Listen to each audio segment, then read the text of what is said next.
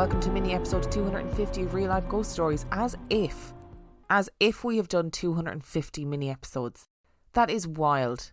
And I have 4 spooky stories for you today, and the last story comes from December the 30th, 2022, and story number 1 comes from Mark. I've loved the paranormal since I was a kid. I used to watch Hammer House of Horror on a Friday night. I am part of a small paranormal group, Black and White Paranormal, who have just had our first investigation at a small museum, RAF Waltham, just outside Grimsby.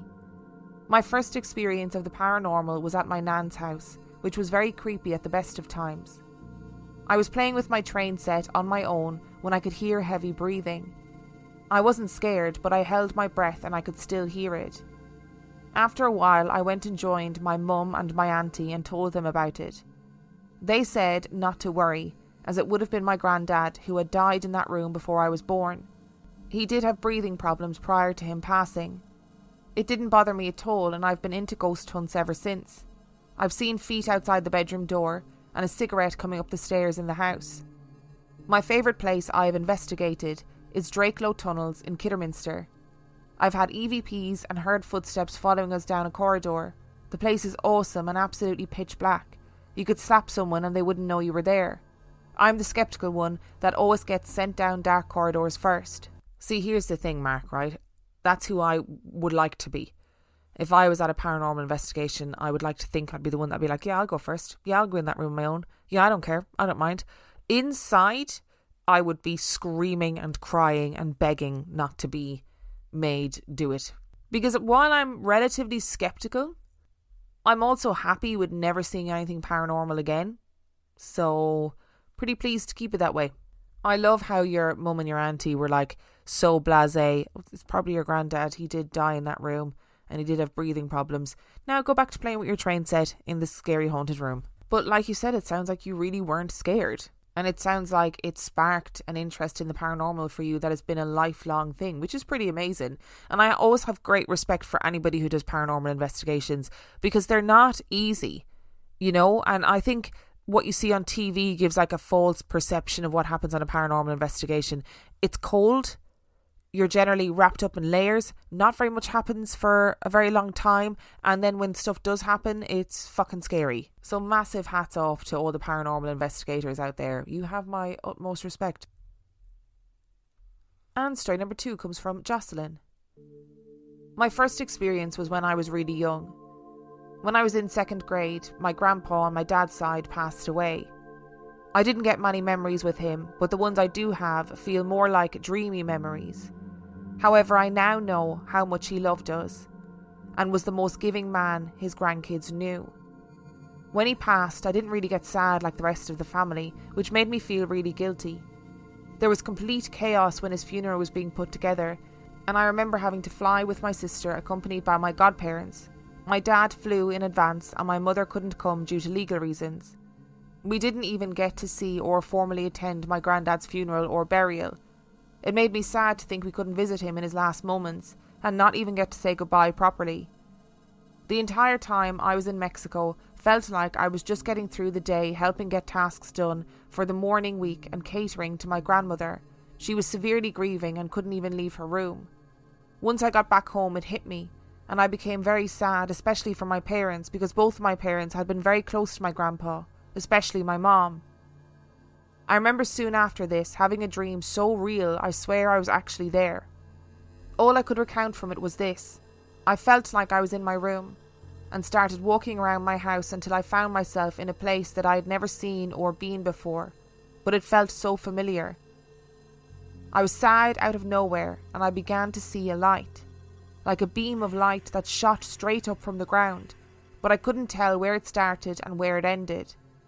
And as I was walking around this light, I could feel my granddad's presence, like he was talking to me, but his voice was in my head.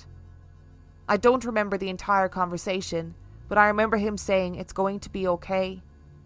As we talked, I noticed more and more white orbs appearing in and out of the beam of light, and flying around and up into the light.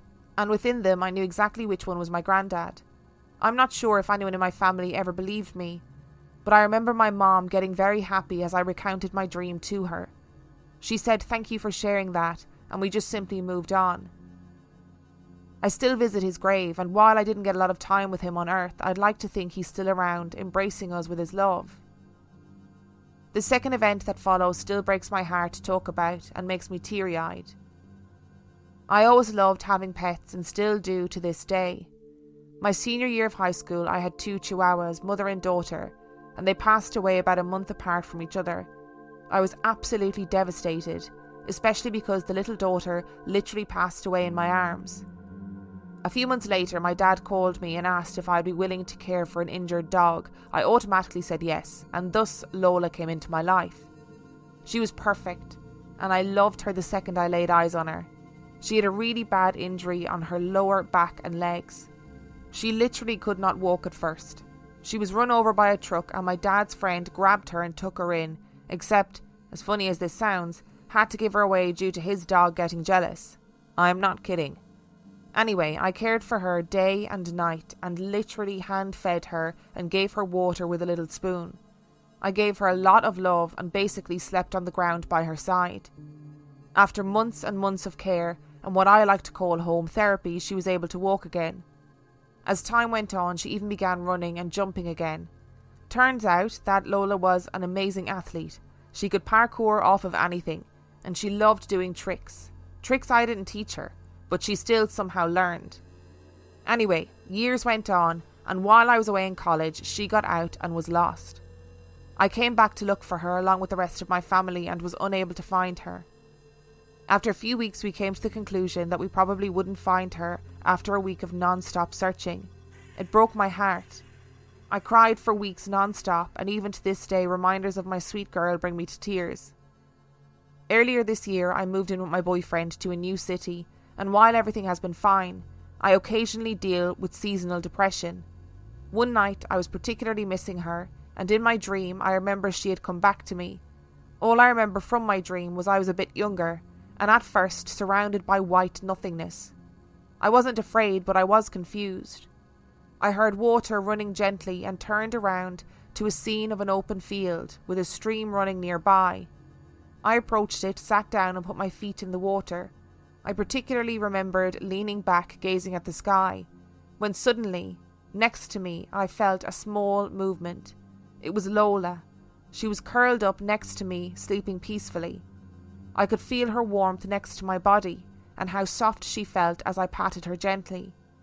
I was amazed getting to be by her side. I wish I could have stayed in that moment forever, or at least waking up and having her next to me. But when I awoke, she wasn't there and I was alone, with nothing but her memory and the sense of comfort and love. I think she came to me when I was in a dark time to remind me that she's still by my side, no matter where she may be. I loved and still love that little soul, and I hope I get to be reunited with her in the next life. Pet stories absolutely kill me, and I just want to say, Jocelyn, that it is very amazing that you took in a little injured animal, because it's not easy to do that. And you took her in and you loved her and you nursed her back to health and you looked after her and you fed her water with a little spoon, and your guys' souls, spirits, whatever you want to call it, were obviously connected. And like you said, in the moment of hardship, she came back to you to say, hey, I am still here and I'm going to be curled up by your side in the other world, so you're going to be okay. And it is very lovely to hear stories of loved ones coming back to tell people in their dreams that everything is okay. And I just wanted to say as well that Jocelyn said in her email that she chose to send in her stories because she felt so validated hearing other people's stories that were similar. And I think that's a pretty important thing, to be honest. Low energy, or low E, affects millions. In fact, it would be running rampant if it had the energy to run. Fortunately, Planet Fitness can help. Now through May 10th, join for $1 down, $10 a month, cancel anytime. Enjoy equipment for every workout in our clean and spacious judgment-free zone. With your new Big Fitness Energy, you can combat low E symptoms such as persistent couch crave and excessive leaning. Don't wait. Join Planet Fitness for $1 down, $10 a month, cancel anytime. Deal ends Wednesday, May 10th. See Home Club for details. And story number 3 comes from Penelope. I'm a general believer in the paranormal.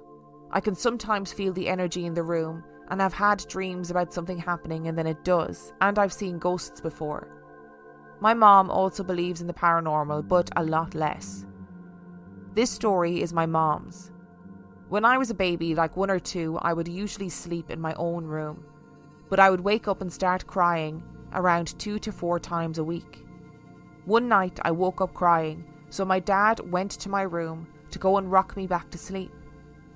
But when my mom moved over to where my dad shouldn't have been, he was there. But my mom still heard the rocking chair, and so did my dad. So they were just like, whatever, more sleep for us and less sleep for the ghost. The night after my dog Sammy passed away, I was sleeping in my bed with a lot of stuffed animals. I was lying on my back, and I felt this pressure on my chest, about the same weight as Sammy, and I could smell his stinky breath. I would see a glance of fluffy brown and black fur out of the corner of my eye, the same colour fur as he had. And when I saw the glance of fur, my other dog Charlie would bark, go that way, or get really happy. I literally love this story so much, Penelope, because children are hard work. They're very needy. They're always there. And if I was the parent of a child that was waking up screaming, crying all the time, I would be glad of a ghost. If I'm here in that rocking chair, I'm doing the same thing as your mum and dad. I'm being like, whatever. I don't care. I don't care if it is the devil himself rocking that child back to sleep, because I am tired and I need to sleep. So maybe in that moment, whatever that ghost was just like, okay, your parents need a break. They need to not have to get out of bed. So I'm just gonna step in for a minute and look after the baby and let them sleep on a little bit more. We love a little pet story, and they come back and let us know they're okay. I'm sorry, it's a fact. I'm a scientist. I know my stuff. It is true that pets will often come back and let you know that they are okay. If the sheer volume of stories that we get about it on the podcast does not convince you skeptics, then I don't know what to tell you. And our final story today, story number 4, comes from Lindsey. My son CJ is 23, but when he was around 4 or 5, he started talking about his new imaginary friend, Dubber. At the time, I had just split with CJ's father and he had moved out, so I just put it down to CJ's coping mechanisms. CJ did everything with Dubber, and I would often hear him chatting away to him while playing. I just thought it was sweet and left him to it. I started to feel strange in our flat around this time too. I would often see a shadow over the cot where CJ's brother slept. And at night, when asleep, I would be woken by a whisper in my ear saying, "Mummy." But CJ would be fast asleep. I also saw balls of light going from my bedroom into CJ's room. But I never felt scared, always calm. When I asked CJ about Dubber one day, his reply freaked me out, and it still freaks me out to this day. He told me that Dubber was older than him by a few years, and that he had fallen down the stairs and broken his neck, and that's why he could see him. He then said that Dubber would be going soon, as CJ doesn't need him around anymore. About a month later, CJ told me one morning that Dubber had gone. I never had any more whispers in the night, didn't have any more balls of light, and no more shadows. To this day, CJ says Dubber was a real boy and not his imagination. Oh, that's giving me the heebie-jeebies. It's pretty late at night when I'm recording this, and obviously my house is quiet. And yeah, that's giving me the heebie-jeebies a little bit. So we've established on this podcast that it is a scientific fact that pets come back to tell you that they're okay. It is a scientific fact that loved ones appear in your dreams to tell you that they're okay after they've passed away. And it is a scientific fact that children are freaks and they have imaginary friends that are actually ghosts of other dead children. But listen, like in reality, maybe this Dubber character showed up when CJ was struggling, you know, because it's hard when kids are 4 or 5, like it's hard to kind of make them understand why people split up, and you know his dad's moved out, and that was probably tricky for him, regardless of how civil it is or amicable it is. Like it's going to be difficult for kids, and I think if I was in that situation, I would probably just put it down to the kids' coping mechanisms as well. Less so when Dubber is actually a child who has broken their neck, and when Dubber disappears, all the weird shit that's been happening in the house also disappears. Ooh, that gives me the heebie-jeebies. Thank you so much for listening to today's episode. Thank you to Mark, Jocelyn, Penelope and Lindsey for sending in your stories. Remember, the last story came from December the 30th, 2022. And if you would like to send in your story, you can do so by emailing it to reallifeghoststoriespodcast@gmail.com. You can also check out the website reallifeghoststoriespodcast.com. And if you are desperate for extra content, you can subscribe to the Patreon. That is patreon.com/reallifeghoststories, where for $5 a month or $2 a month, you get access to heaps of extra content, as well as every single main and mini episode completely ad-free. And on that note, I shall see you next time.